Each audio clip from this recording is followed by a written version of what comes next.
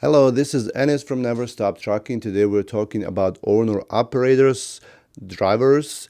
If you want to be an owner operator, I think this video is a good way to start. So let's get right to it.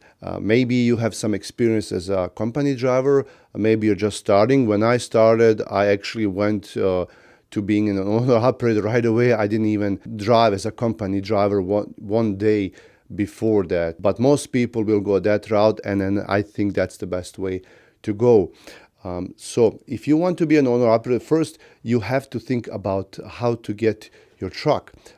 Some people want to do lease to purchase because it's easier for them, and it costs them, well, they think it costs them less money, but at the end it costs them a lot more money than if you were going to traditional ways, like buying your equipment for cash or getting a loan with a bank. I have a video that talks about lease to purchase. The main theme of that video is it's a lose-lose situation. You will lose, and the company you're working with most likely will lose as well. Sometimes they win, but at the end, it's a bitter win. You didn't please your driver. The driver left the equipment, and maybe there were some hard words and whatnot. To make this short, if you lease to purchase, they still own the truck. You don't own the truck. So let's say you do a 2-year lease to own, lease to purchase, whatever they call it, and then in those 2 years. You're thinking, well, finally I'm an owner operator, I made it and I'm excited. No, you're not. You're not. You're even, I'm sorry, I have to say this, but it's even worse than a company driver. If you're a company driver, you can leave anytime you want, okay? But if you are an owner operator like that, you can't leave anytime you want because you're going to be leaving the truck and you pay thousands of dollars, for that truck. So you can't leave. They make you usually do the freight that they have. Even if you choose the freight, that's okay. Sometimes you can do that. But then they make you a lot of things. They make you like pay a weekly fee for the truck equipment. That's outrageous. Most people will maybe pay monthly for a loan payment that much, but you're paying them weekly. They priced that truck way above what is worth. If you multiply that weekly payment by 2 years, like 104 weeks or so, you'll see that it's much more. You're probably paying them more insurance than you're supposed to. You're paying them for IRP plates, for trailer and all that. And then maybe they're not even showing you the rate confirmation. That I see that a lot. They come up with their own rate confirmations and they just give you that, but you don't know how much they own. And then probably they even charge you more percentage than they charge other owner operators who have their own truck. Because you bought a truck like that, you probably don't have a lot of money, because if you had a lot of money, you'd probably bought the truck with cash.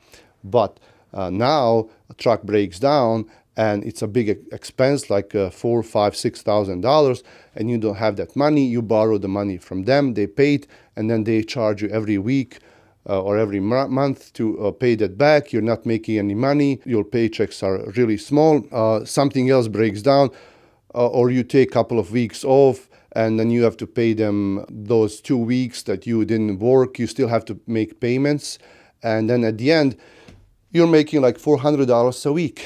Okay, so what did you do? You didn't do anything. So first thing, I tell everyone, don't do that. If you want to be an owner operator, save some cash, buy a truck with cash, or go, if you have a bad credit history, work on your credit history, and then get a traditional loan. So that's the first thing you got to think about. Now the trailer.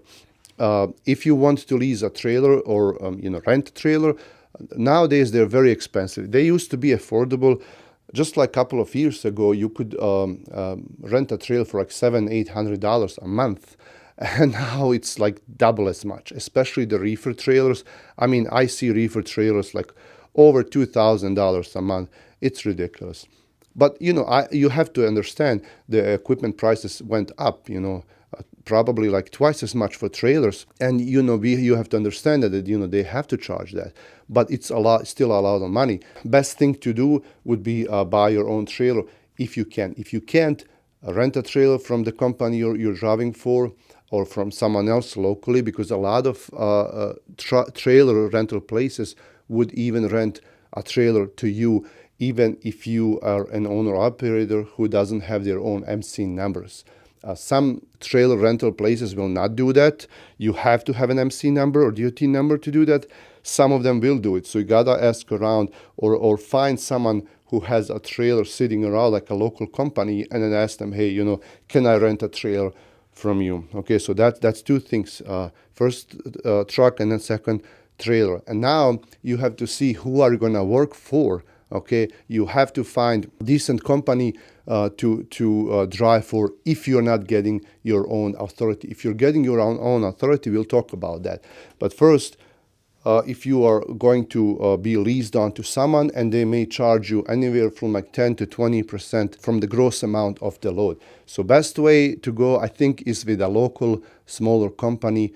No matter where you live in the United States, look for small trucking companies around you and ask them if they take owner operators. Okay, read some reviews, talk to some people. Maybe even if you can talk to their drivers, ask them to show you the rate confirmations from other drivers that they did, like example of freight that they've done, and then all that, how much they charge, how much their insurance is, how much do you have to pay weekly. It's usually weekly for liability and cargo insurance. Okay, ask them how much that is, how much they charge from the gross amount, how much do they charge for trailers, are there any additional fees, what do they use for ELD providers, and how much does that cost? Is it your device? Is it there? Do they install it in your trailer? Is it on your app or not?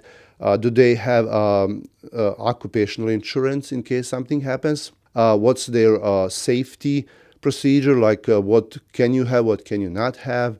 When do they pay? How often do they pay? And then ask them, hey, can you show me a check from another owner operator? And, like just to see, you don't have to see the name, they can leave that out, but at least you can see like how much they're paying, how much their loads are paying, how much do they charge that owner operator, and, what were the fees, and then at the end, how much the check was for that owner operator. And I would just ask for like something average. Don't do like, if you ask someone, hey, show me what your owner operators do, they're gonna come out and bring you the best check, that they've seen like in the last few weeks from someone, or the best couple of checks, and but no, give me average. Like, I know that's best, but then there's also the worst. But give me average. I want to know what I'm gonna be averaging with your loads and your dispatchers. Ask them about fuel cards.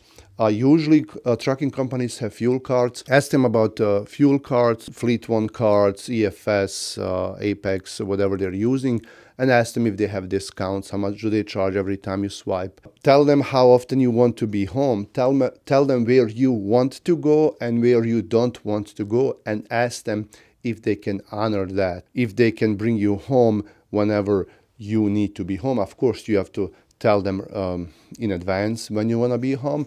But if you give someone 5 days to bring you home, then they should be able to do that, okay? Ask them about detention. Do they fight for detention? Do they fight for you for truck order not used? Do you have to use macro point with, things like that? Do they have any, maybe they have some dedicated freight, that's even better, or like round trips, and ask them. Of course, usually those best trips are saved for senior drivers, but ask them, hey, do you have something? Is there a good chance that I'm gonna be doing that? So that's the things that you have to ask trucking company if you're gonna be leased onto them. If you want to do your own authority, in my opinion, I see company drivers or someone that doesn't have any experience, and they're buying trucks, and they want to start their own authority right away. And I don't know if that's the best thing to do. I think, you're not going to be making that much more money as your own authority if you drive, like if you compare like 2-3 months as opposed to being leased onto someone. Of course, after a year or two, it adds up.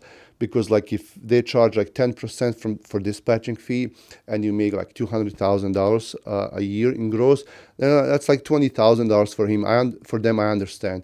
10 years, $200,000 you give to someone for dispatching. I understand it adds up, but I would at least drive a few months, maybe like 6 months or a year for someone, and just if you don't know anything about it. If you already know things about that, then it's different. But if you don't know anything about owning a truck, about booking your own freight, dealing with brokers, things like that, I will let someone else worry about it.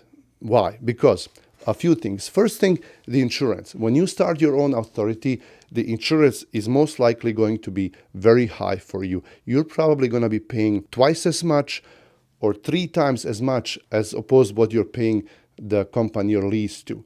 Let's say their insurance is like $10,000 or like $12,000 a year for cargo and liability for you. When you start your own trucking company, it's going to be like $20,000 or more for you for a year. Okay, so you're going to be paying way more money for your insurance. Okay. Second thing is the brokers. They will not work with you in the beginning. Some big brokers like C.H. Robinson and TQL and others, they will work with you. The majority of them will not. So you need to be in business for like 30 days to work with JB Hunt or Coyote, and then 3 months with other brokers, 6 months with some brokers. Some brokers make you wait a whole year. Some brokers need to see inspections on your record. So it's tough, okay? So if you don't know what you're doing, you're just starting, it's going to be a lot for you. And then on top of that, most brokers will not give you loads. If you're with someone that has had their MC number for a while, they're already established. They have all the contacts. Most brokers will work for them unless they have a bad safety record. And that's another thing I failed to mention, that you gotta check their safety record. The company, if you want to get a lease onto them, go to FMCSA, type in their name, the company name, and then there's a way to put in their DOT number, MC, and then check out their safety scores. If their safety scores are bad, most likely a lot of brokers will not work with them. You may get pulled over more often in a weigh station because of that. So check that out too. But most trucking companies have a decent safety record, and it's going to be easier for you to get loads, from the brokers because they work with them, with those guys. And then also another thing, as far as the safety goes, if you have your own MC number, your DOT number, you gotta be very careful about your truck, your trailer, your equipment, your locks. If you get pulled over in a weigh station, something is wrong, you get a violation, or maybe you're even placed out of service. That's really not good for you as one trucking operation. Okay, so you have one truck, and the first time they pull you over into weigh station, they find something wrong, and they placed you out of service, God forbid. Your one truck operation, you get pulled over one time and they place you out of service, you have 100% of out of placement score, which means that every time they pulled you over, they placed you out of service. That's really bad. Even though it's only one time, but it looks bad. So you gotta be careful about that. You have to worry about that when you're starting as an owner operator. And then next thing we want to talk about is your finances. If you're an owner-operator, you're a business owner, okay? You're a business owner and everything depends on you. Your truck, your trailer, your business, your family depends on you. Everything depends on every little detail that you do in the beginning and then during that trucking career, because something goes bad, a big claim, a big crash, out of service, a broker you work with for a long time, they decide not to pay you like $10,000-$20,000, it can break you down. Okay, so you gotta calculate every step. You gotta be very financially responsible. You have to understand that this is a business. You are not getting a salary or a paycheck from someone. Let's say you make like $6,000-$7,000 in a week as an owner operator with a semi truck, or less if you have a straight truck or van. And all this probably applies to straight trucks and vans as well. So let's say you have because right now the markets are bad. Let's just say you make like $6,000-7,000 a week in gross, and you got your fuel and your expenses, insurance, all that, maybe maintenance fund, and then after that your paycheck is like 3,500, and you keep that money, okay, after all that. That's not your paycheck. Most people don't understand this. This is your business. Your business made $3,500, and you have to leave some of that in that business if you want to survive, if you want to do this long term. Of course, in the beginning, well, it may be tempting. Well, I got all this money, why should I not spend it on me? Well, when the times are good, sure, yeah, you're going to spend it next week, you're going to make more next week.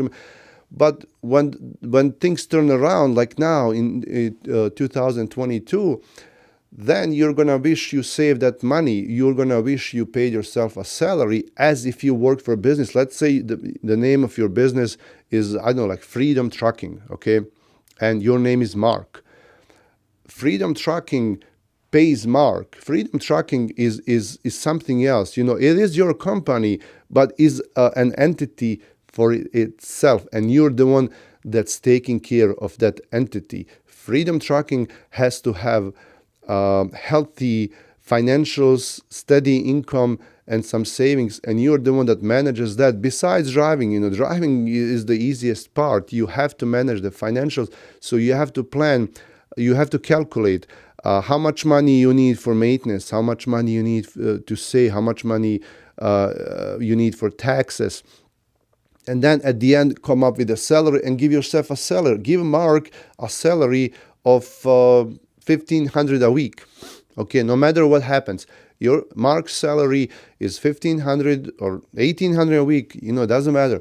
Every week, that's your salary. No matter how much money you make over there. Let's say you get left with $4,000 in net in 1 week. You still pay Mark $1,800. Let's say you get $1,000 left in a week in Freedom Trucking, because you had a bad week. You still pay Mark $1,800 because you have all that money already saved. See what I'm saying? So you treat it as a business. You have to have money saved for everything that may come to you in the future.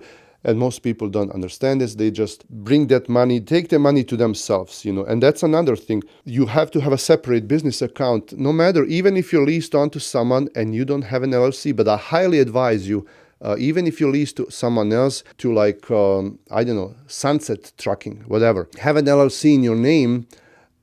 It's like $50 in Michigan. Other states are more or less expensive, but it's not that expensive. But have a business name and have a business account. Every time Sunset Trucking, like if you're leased on to them, you don't have your own authority. Every time they pay you, they pay your company in your business account, okay? And then you pay yourself, you pay Mark, okay? So that's the best way to do. You separate it, If something happens, it's a liability, and you're protecting yourself and your family from a potential lawsuit or something, but you're also managing your finances. You're giving yourself a salary, and you plan on that money, and you know how much you're making every week. And that's healthy way. That's the right way of doing financials. And most people, when they become owner operators, they only like, oh yeah, I made this week 3,000. This week I made 2,000 net. This week 5,000. No, every week should be same. You should have a salary. Your business made that money. At end of every quarter or every year, or whenever you want to do it, then you give yourself a bonus. If you have. Like if you go above a certain threshold. I know it's a perfect scenario. Most people don't do this. We're not perfect. But I'm just saying the way it should be. These are all the things that you should be aware of when you're starting as an owner-operator. Also, think about, the time you're going to be spending on the road away from your family. Think about the financial responsibility that you have over that truck. I'm not trying to scare you, just saying if you want to be an owner-operator, you can make way more money as opposed to being a company driver if you're smart. If you're not smart, it's better for you to be a company driver. I'm just saying, right now. If you're not good with financials, if you know you're not gonna be saving money, if you know you're gonna be like, well, I'm an owner operator. I can pick and choose. This week I am only going to work 2 days, or I'm not gonna work at all because it's my truck, my business. I don't care. I'm too lazy. I don't want to do it. You know, then maybe this is not for you. Okay, you have to be steady. Of course, you have to take a vacation. You have to take holidays and a vacation, sometimes some time off. I understand that. That's totally fine. But that you plan in advance. You save money. You work maybe extra hard, and then you play in advance. Even if you're gonna be taking like a whole month off, because I know people that do that. But you're planning for it. Okay. If you all of a sudden like start missing work and like, oh, I just don't want to do it, it will add up. You will notice.